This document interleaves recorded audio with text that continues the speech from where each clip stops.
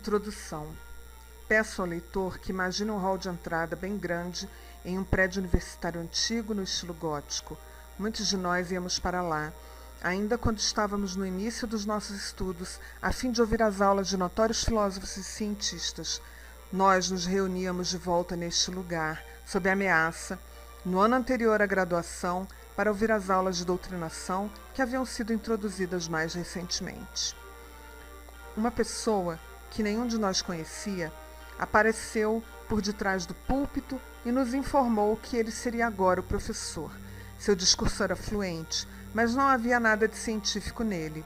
Ele não conseguia distinguir entre conceitos científicos e o senso comum, e tratava as ideias na fronteira entre um e outro como se fosse uma sabedoria da qual não se poderia duvidar.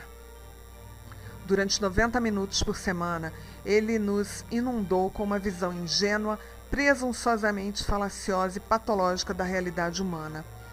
Nós éramos tratados com desprezo e com um ódio mal controlado, uma vez que tirar sarro poderia resultar em terríveis consequências. Nós tínhamos que ouvi-lo atentamente e com extrema gravidade. Logo apareceram os boatos sobre a origem dessa pessoa. Ele tinha vindo do subúrbio de Cracóvia e frequentou o colegial, embora ninguém soubesse se ele tinha sido graduado. De qualquer forma, esta foi a primeira vez que ele cruzou as portas da universidade e o fez como um professor. Simples assim. Abre aspas. Você não consegue convencer ninguém desta forma, fecha aspas. Nós cochichávamos entre nós. Abre aspas. É realmente propaganda dirigida contra eles mesmos, fecha aspas. Mesmo depois de tal tortura mental, levou um longo tempo para alguém quebrar o silêncio. Nós estudávamos a nós mesmos, já que sentíamos que algo estranho tinha invadido nossas mentes e algo valioso estava se esvaindo de forma irreparável. O mundo da realidade psicológica e dos valores morais parecia suspenso em um nevoeiro gelado. Nosso sentimento humano e nossa solidariedade estudantil perderam seus significados, como também aconteceu com o patriotismo e nossos velhos critérios estabelecidos. Então, nos perguntamos uns aos outros, isso está acontecendo com você também? Cada um de nós experimentava do seu próprio jeito esta aflição, sobre sua própria personalidade e sobre seu futuro. Alguns de nós respondíamos às questões com silêncio. A profundidade destas experiências revelou-se diferente para cada pessoa. Nós então imaginamos como nos protegeríamos dos resultados dessa doutrinação. Teresa D. fez a primeira sugestão.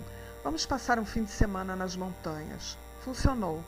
Companhias agradáveis, um pouco de brincadeira, então cansaço, seguido por um sono profundo e um abrigo, e nossas personalidades humanas retornaram, embora ainda com um certo vestígio de antes.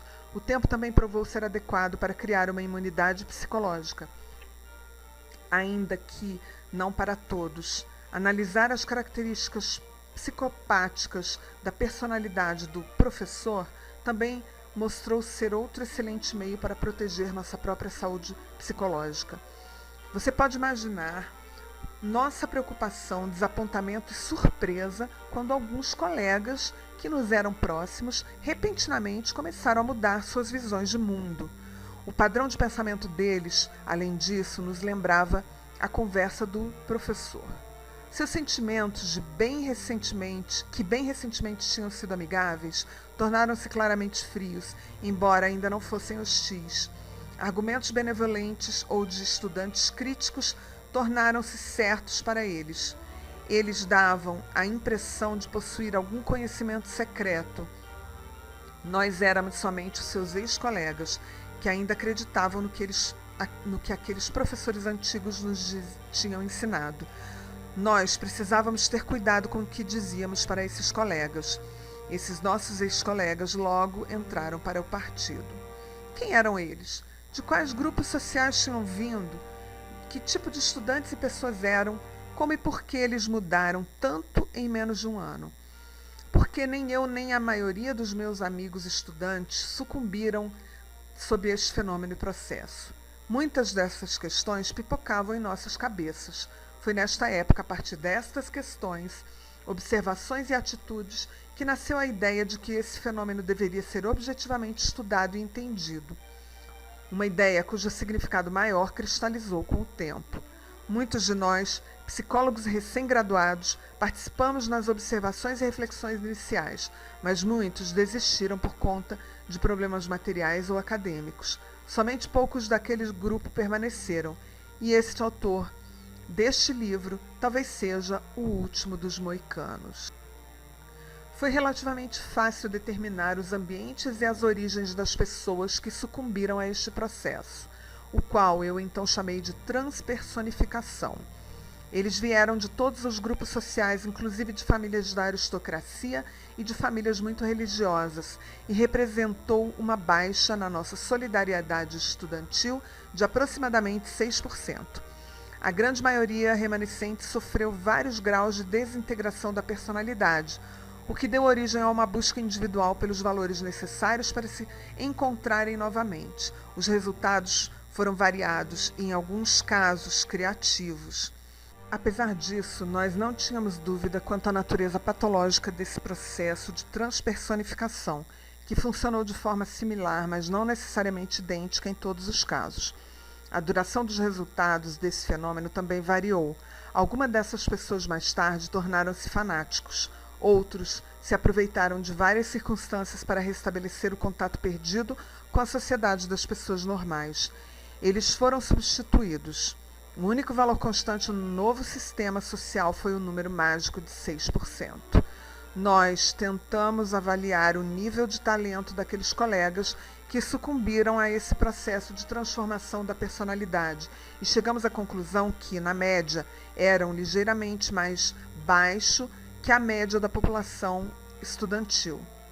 Sua resistência menor, é lógico, residia em outras características biopsicológicas, as quais eram provavelmente qualitativamente heterogêneas. Eu percebi que tinha que estudar assuntos que estavam no limite entre a psicologia e a psicopatologia, a fim de responder às questões que surgiram em nossas observações. A negligência científica dessas áreas mostrou-se como um obstáculo difícil de ser sobreposto. Ao mesmo tempo, parecia que uma pessoa guiada por um conhecimento especial havia esvaziado todas as bibliotecas de qualquer publicação que fosse relacionada ao tópico. Havia livros indexados, mas eles não estavam fisicamente presentes. Analisando esses eventos, agora, em retrospectiva, baseando-nos no conhecimento psicológico específico, nós podemos dizer que o professor era uma isca pendurada sobre nossas cabeças. Ele sabia de antemão que iria pescar indivíduos submissos e sabia até mesmo como fazê-lo, mas os números limitados o desapontaram. O processo de transpersonificação geralmente se estabelece somente quando o substrato instintivo do indivíduo foi marcado pela fraqueza ou por certos déficits. Em uma escala menor, ele também funcionou entre pessoas que manifestaram outras deficiências, nas quais o estado nelas provocado foi parcialmente provisório, sendo em grande parte o resultado da indução psicopatológica. Este conhecimento sobre a existência de indivíduos suscetíveis e de como trabalhar sobre eles continuará sendo uma ferramenta para a conquista do mundo, enquanto este assunto permanecer como um segredo de tais professores. Quando ele se tornar uma ciência habilmente popularizada, isso ajudará as nações a desenvolver uma imunidade, mas nenhum de nós sabia disso naquele momento. Todavia, nós devemos admitir que, ao nos demonstrar as propriedades deste processo, de modo a nos forçar a uma experiência profunda, o professor nos auxiliou a compreender a natureza do fenômeno como uma abrangência maior do que muitos pesquisadores científicos de verdade que participaram neste trabalho em outras formas menos diretas.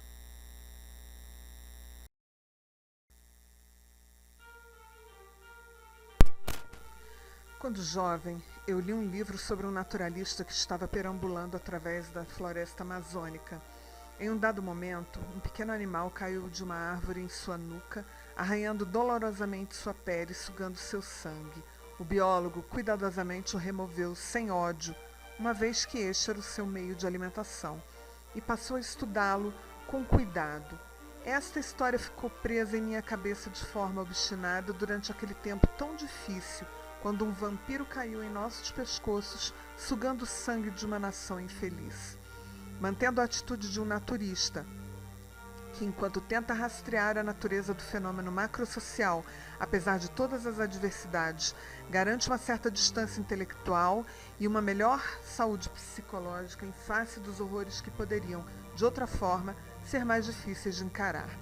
Tal atitude também aumenta um pouco o sentimento de segurança e fornece um discernimento que pode auxiliar na obtenção de soluções mais criativas. Isso requer um rigoroso controle dos reflexos naturais e morais de repulsa e outras emoções dolorosas que o fenômeno provoca em qualquer pessoa normal que acaba ficando desprovida de sua alegria de viver e da sua segurança pessoal, vendo ruir o seu próprio futuro e o futuro de sua nação.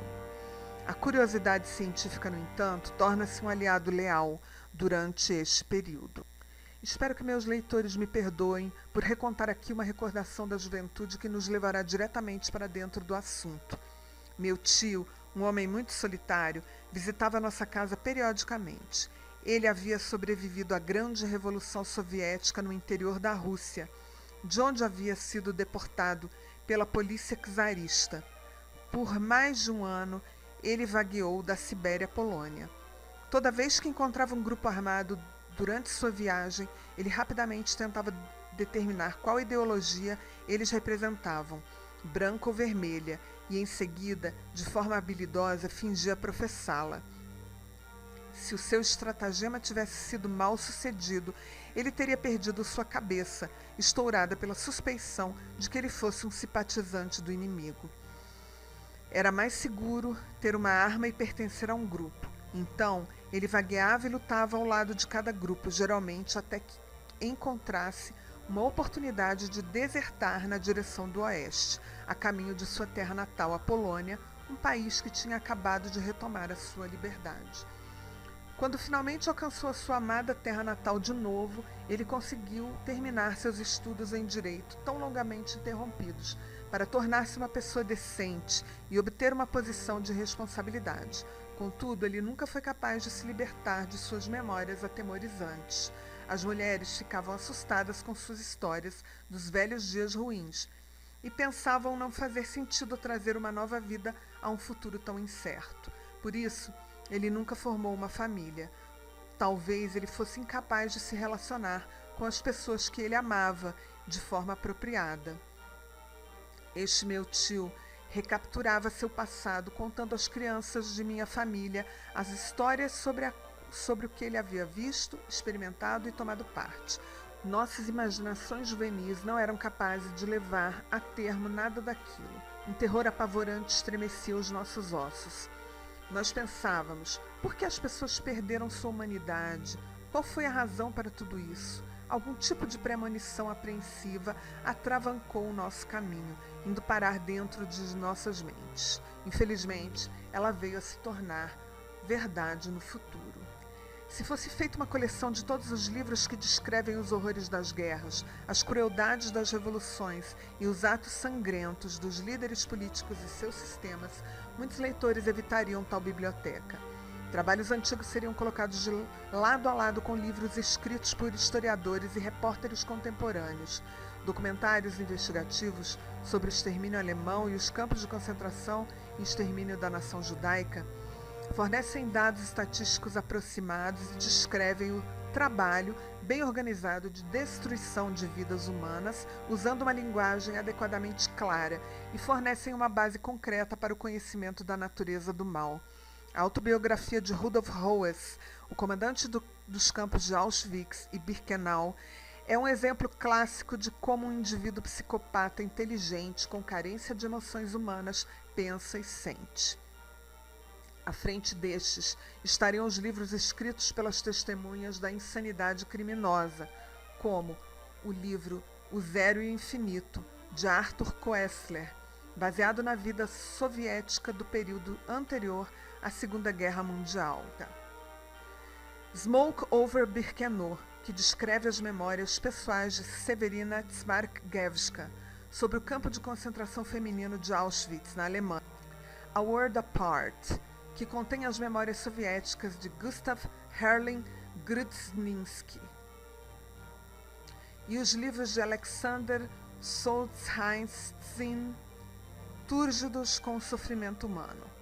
A coleção incluiria ainda os trabalhos de filosofia da história que discutem os aspectos morais e sociais da gênese do mal, mas que também usam leis históricas um tanto quanto misteriosas para justificar parcialmente as soluções manchadas de sangue.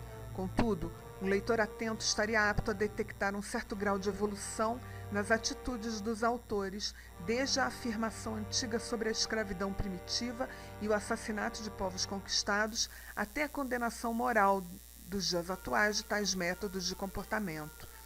Nesta tal biblioteca, porém, não haveria um único trabalho que oferecesse uma explicação suficiente das causas e processos a partir dos quais tais dramas históricos tiveram origem, de como e por que as fragilidades humanas e ambições degeneraram para esta loucura sedenta por sangue. Ao ler o presente livro, o leitor perceberá que escrevê-lo seria cientificamente impossível até recentemente. As velhas questões permaneceriam não respondidas. O que faz isto acontecer? Todo mundo carrega a semente do crime dentro de si mesmo? Ou isso acontece somente com alguns de nós? Não importa quão fiel e psicologicamente verdadeira seja, nenhuma descrição literária dos fatos, como as narradas pelos autores mencionados acima, pode responder a estas questões, nem pode explicar completamente as origens do mal. Elas são, portanto, incapazes de fornecer princípios suficientemente eficientes para neutralizar o mal. A melhor descrição literária de uma doença não produz o entendimento de sua etiologia essencial e, portanto, não fornece nenhum princípio para o tratamento. Da mesma forma, tais descrições de tragédias históricas são incapazes de elaborar medidas efetivas para neutralizar a gênese, a existência ou a propagação do mal.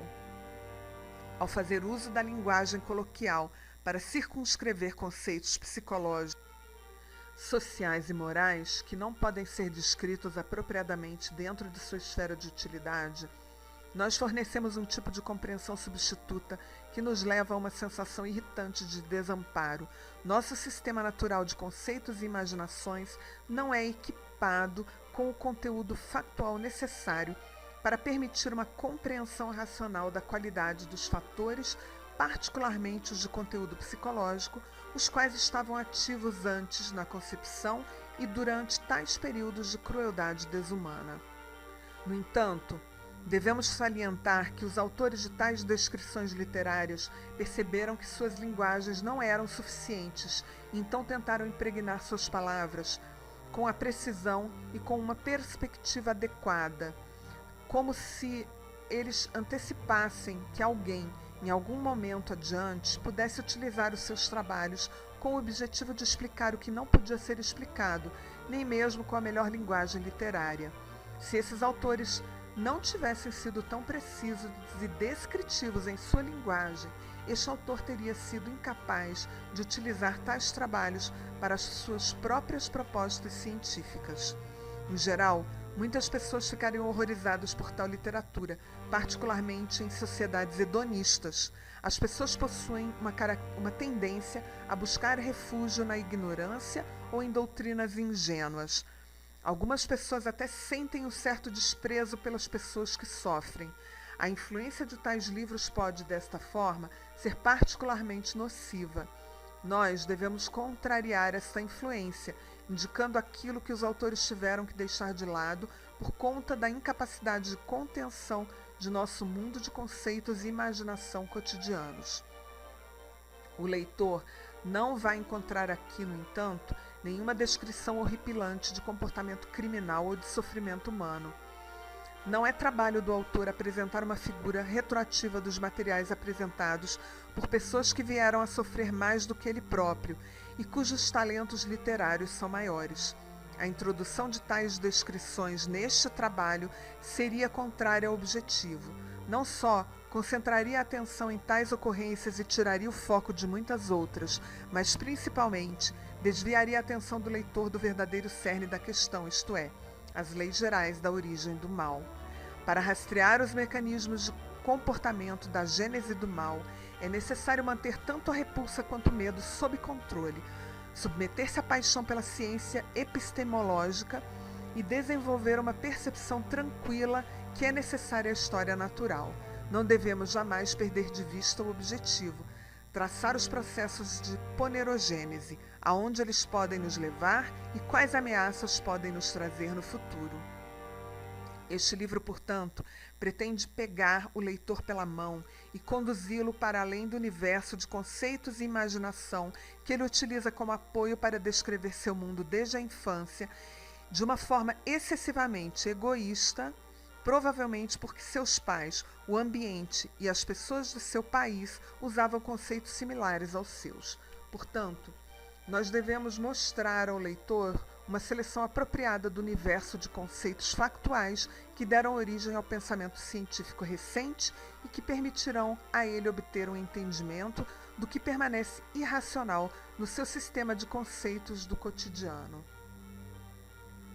Contudo, essa excursão para dentro de outra realidade não será um experimento psicológico conduzido nas mentes dos leitores com o único propósito de expor os pontos fracos e as lacunas em sua visão natural do mundo.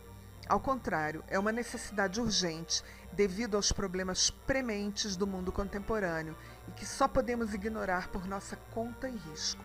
É importante perceber que é possível que não consigamos distinguir o caminho que leva a uma catástrofe nuclear do caminho que leva à dedicação criativa, a menos que saiamos para além deste mundo de egotismo natural e de conceitos bem familiares. Então, podemos passar a compreender que o caminho foi escolhido para nós por forças poderosas, contrárias à nossa nostalgia caseira e que não encontra correspondência com os conceitos humanos que nos são familiares. Nós precisamos ir além deste pensamento ilusório do cotidiano para nosso próprio bem e dos nossos entes queridos. As ciências sociais já elaboraram sua própria linguagem convencional, a qual faz a mediação entre a visão do homem comum e a visão naturalista totalmente objetiva. Ela é útil para os cientistas em termos de comunicação e cooperação, mas ainda não é o tipo de estrutura conceitual que leva totalmente em consideração as premissas biológicas, psicológicas e patológicas das questões tratadas no 2º e 4º capítulos deste livro. Nas ciências sociais, a terminologia convencional elimina as normas críticas e coloca a ética à parte.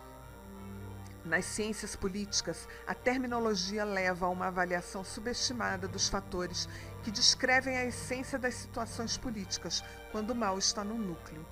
Esta linguagem das ciências sociais fez com que o autor e outros investigadores se sentissem impotentes e cientificamente paralisados quando iniciamos nossa pesquisa sobre a natureza misteriosa que envolveu o nosso país e ainda destrói as tentativas de se chegar a uma compreensão objetiva do fenômeno. Em última análise, eu não tive outra escolha a não ser recorrer às terminologias biológica, psicológica e psicopatológica objetivas, com o objetivo de trazer à atenção a verdadeira natureza do fenômeno, o centro da questão. A natureza do fenômeno sob investigação, assim como as necessidades dos leitores, particularmente aqueles não familiarizados com a psicopatologia, determinam a forma descritiva que primeiro introduz os dados e conceitos necessários para depois compreender psicológica e moralmente as ocorrências patológicas. Nós devemos, então, iniciar com as questões da personalidade humana, intencionalmente formuladas de tal forma que coincidam amplamente com a experiência prática do psicólogo, para depois passar para questões selecionadas de psicologia social. No capítulo sobre ponerologia, iremos nos familiarizar com a forma na qual se dá a origem do mal em cada escala social, enfatizando o papel efetivo de alguns fenômenos psicopatológicos no processo de ponerogênese. Isso facilitará a transição da linguagem natural para a linguagem objetiva necessária das ciências naturais, da psicologia e da estatística, no nível requerido e suficiente. Espero que a discussão destes temas em termos clínicos não seja entediante ao leitor. Na opinião do autor, a ponerologia revela-se como um novo ramo da ciência, gerado a partir de uma necessidade histórica e dos mais recentes estudos da medicina e da psicologia. À luz da linguagem natural objetiva, a ponerologia estuda os componentes causais e o processo da gênese do mal, independentemente do seu âmbito social. Nós podemos tentar analisar esses processos ponerogênicos que deram origem à injustiça humana, armados com conhecimento apropriado, particularmente na área da psicopatologia. Repetidamente, como o leitor irá descobrir, num estudo como esse, nos encontramos com os efeitos dos fatores patológicos cujos operadores são pessoas caracterizadas por serem portadoras, em algum grau, de diversos desvios ou defeitos psicológicos. O mal moral e o mal psicobiológico são de fato interrelacionados por tantas relações causais e influências mútuas que somente podem ser separados por meios de abstrações. Contudo, a habilidade de diferenciá-los qualitativamente pode nos ajudar a evitar uma interpretação moralizadora dos fatores patológicos, um erro ao qual todos nós estamos sujeitos e que contamina a mente humana de uma forma insidiosa, sempre que temas sociais e morais estão em discussão. A ponerogênese do fenômeno macrosocial, o mal em larga escala, que constitui o objeto mais importante deste livro, aparece sujeita às mesmas leis naturais que operam sobre as questões humanas no nível individual ou em pequenos grupos. O papel das pessoas com vários defeitos psicológicos e anomalias de um nível clinicamente baixo parecem ser uma característica constante de tal fenômeno. No fenômeno macrosocial, nós iremos chamar mais tarde de patocracia uma certa anomalia hereditária isolada como psicopatia essencial, que é essencial de forma catalítica e causal para a gênese e para a sobrevivência do mal social em larga escala. Nossa visão natural do mundo, na realidade, cria uma barreira para nosso entendimento de tais questões, e assim é necessário estar familiarizado com os fenômenos psicopatológicos, tais como aqueles encontrados neste campo de estudo, com o objetivo de romper essa barreira. Os leitores talvez possam desculpar os ocasionais lapsos do autor no decorrer deste caminho inovador e seguir sem medo sua orientação, familiarizando-se quase que sistematicamente com os dados fornecidos como prova nos primeiros capítulos. A partir de então, nós devemos estar aptos a aceitar a verdade a respeito da natureza do mal, sem protestos automáticos provenientes do nosso egotismo natural. Os especialistas que estão familiarizados com a psicopatologia encontrarão um caminho menos romântico. Contudo, eles observarão algumas diferenças acerca da interpretação de vários fenômenos bem conhecidos, resultantes em parte das situações anômalas sobre as quais a pesquisa foi feita, mas principalmente por causa da penetração mais intensiva necessária para atingir a proposta principal.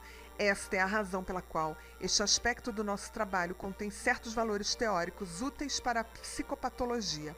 A expectativa é que os não especialistas dependerão da longa experiência do autor para distinguir anomalias psicopatológicas individuais encontradas entre as pessoas e identificadas no processo da gênese do mal. É necessário salientar que consideráveis vantagens morais, intelectuais e concretas podem ser obtidas a partir do entendimento do processo da ponerogênese, graças à objetividade natural requerida.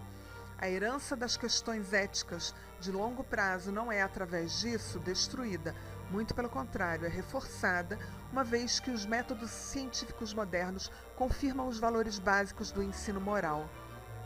Contudo, a ponerologia força algumas correções a respeito de muitos detalhes. Entender a natureza dos fenômenos patológicos macrosociais nos permite encontrar uma perspectiva e uma atitude saudáveis em relação a estes fenômenos, auxiliando-nos a proteger as nossas mentes dos venenos decorrentes deste conteúdo doentio e da influência de suas propagandas. A contrapropaganda incessante a qual recorreram alguns países com uma linguagem humana normal poderia ser facilmente substituída por informações objetivas de natureza científica sobre o assunto. O ponto principal é que nós só podemos vencer este enorme câncer social contagioso se compreendermos suas causas essenciais e etiológicas. Isso eliminaria o mistério deste fenômeno e sua principal vantagem competitiva. Ignoti nulla est curatio morbi. Não há cura para doença desconhecida. Tal entendimento da natureza dos fenômenos que este estudo traz nos leva à conclusão lógica de que as medidas para sanar e reordenar o mundo de hoje devem ser completamente diferentes daquelas utilizadas até agora para resolver os conflitos internacionais. Soluções para tais conflitos devem ser como antibióticos modernos, ou melhor ainda, como uma psicoterapia aplicada de forma adequada, em vez da abordagem antiga baseada em armas, tais como porretes, espadas, tanques ou mísseis nucleares. O objetivo deveria ser sanar problemas sociais, não destruir a sociedade. Uma analogia pode ser feita entre o método arcaico da sangria de um paciente em oposição ao método moderno de fortalecimento e recuperação deste mesmo paciente, a fim de obter a cura. Com referência aos fenômenos de natureza ponerogênica, o simples conhecimento somente pode iniciar a cura de indivíduos e auxiliar suas mentes na recuperação da harmonia. No final deste livro, nós discutiremos como utilizar este conhecimento para chegar a decisões políticas corretas e como aplicá-lo a uma terapia geral para o mundo.